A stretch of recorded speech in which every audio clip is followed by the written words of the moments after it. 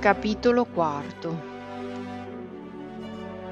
Parte 19. Una sovranità tremenda. La causalità divina.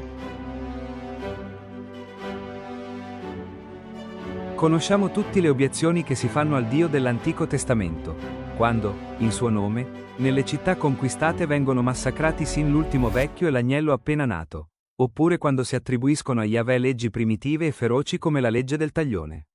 Non molto migliore il caso del suo scrupolo per l'igiene legale, allorché va a interessarsi minuziosamente dei cicli fisiologici, sino al pelo e al porro.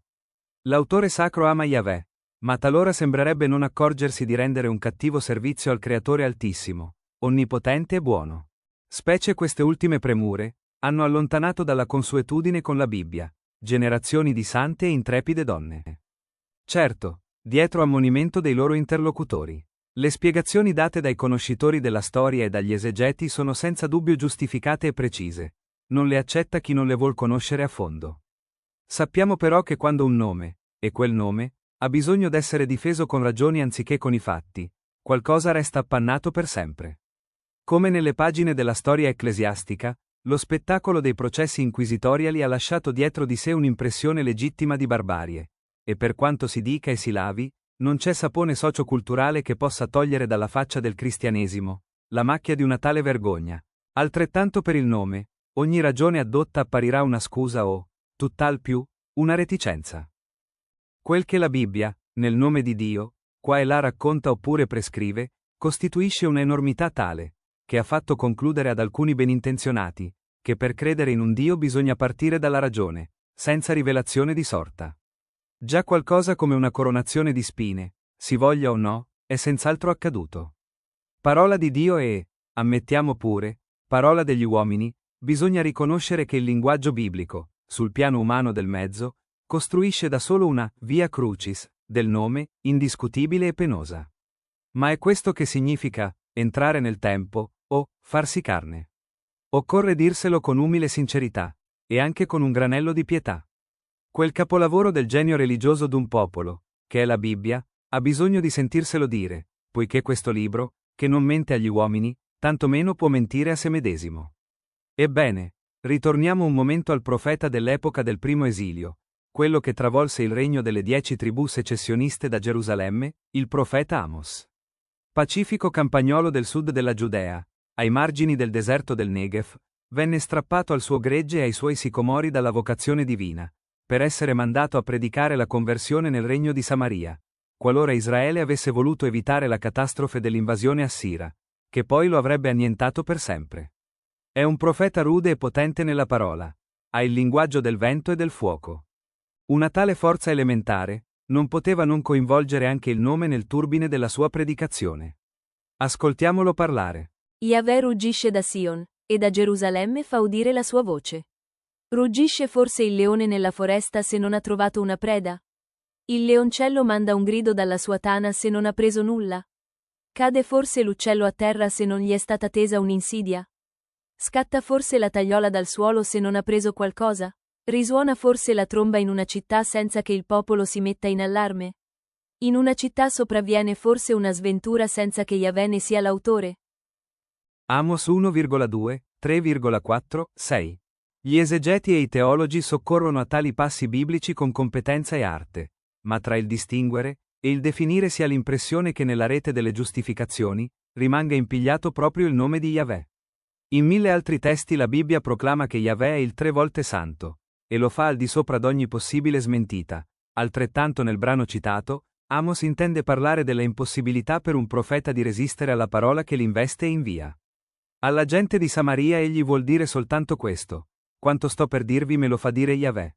Nella sua foga, non distingue più niente, sa soltanto d'essere un uomo che ubbidisce alla parola, non guarda all'ostilità e all'oltraggio che l'annunzio gli costa da parte dei sacerdoti di Betel, gelosi della sua vocazione non registrata. Amos sa che Yahweh è all'opera in Samaria mediante la parola del suo profeta arruolato. Nessuno può sottrarsi alla sovranità di Yahweh, nemmeno il male con cui si scontra.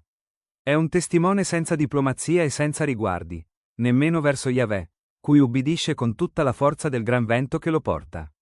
Ora, Andare a scoprire nei suoi oracoli l'armonizzazione teologica dei concetti equivale a cercare la moderazione e la misura nel vento, che fa torcere il deserto di Kadesh, Salmo 29,8, nel Negev appunto. Allora chi toglierà alla preoccupazione dei teologi la sollecitudine di scansare dalla faccia di Yahweh il sospetto d'una sua compromissione con il male, dal momento che il suo profeta parla della causalità divina in termini così universali, da includervi anche il male? Vedremo, andando avanti, quanto se ne scandalizzeranno i cristiani del secondo secolo. Erano frange ereticali, ben inteso, e tuttavia nel cristianesimo odierno, almeno nell'area della devozione, è rimasto qualcosa di quel lontano sospetto. Il Padre, se non è la meno conosciuta, certamente è la meno amata fra le persone della Trinità. Volere e permettere. Parlare della presenza del male nel mondo e della sua natura è, diceva Sant'Agostino, pretendere di vedere al buio. I profeti in genere sembrerebbero voler sormontare la difficoltà, non attribuendo, bensì riferendo alla universale sovranità di Yahweh ogni evento della storia, e quindi ogni azione dell'uomo, anche la più iniqua, non già perché Yahweh ne sia l'autore per diretto concorso, ma per affermare che tutto avviene sotto la sua signoria. Per loro, permettere e volere sono una stessa parola, però non in un medesimo significato. L'adoperano nondimeno perché fosse evitato a Israele il pericolo di accettare quanto le religioni idolatriche del tempo asserivano, per spiegare l'esistenza del male. Esistono un Dio buono e insieme un Dio malvagio, un principio della luce e un principio delle tenebre, come all'epoca professava il dualismo metafisico persiano, ad esempio, o anche la mitologia egizia. Questa preoccupazione raggiunge nel secondo Isaia una tagliente brevità. Io sono Yahweh, e non ce n'è un altro. Io formo la luce e creo le tenebre, do il bene e creo la sciagura. Io, Yahweh, compio tutto questo. Isaia 45, 6-7. Non è nostro compito dipanare qui la matassa della presenza del male nel mondo in rapporto con la provvidenza divina, eccetera.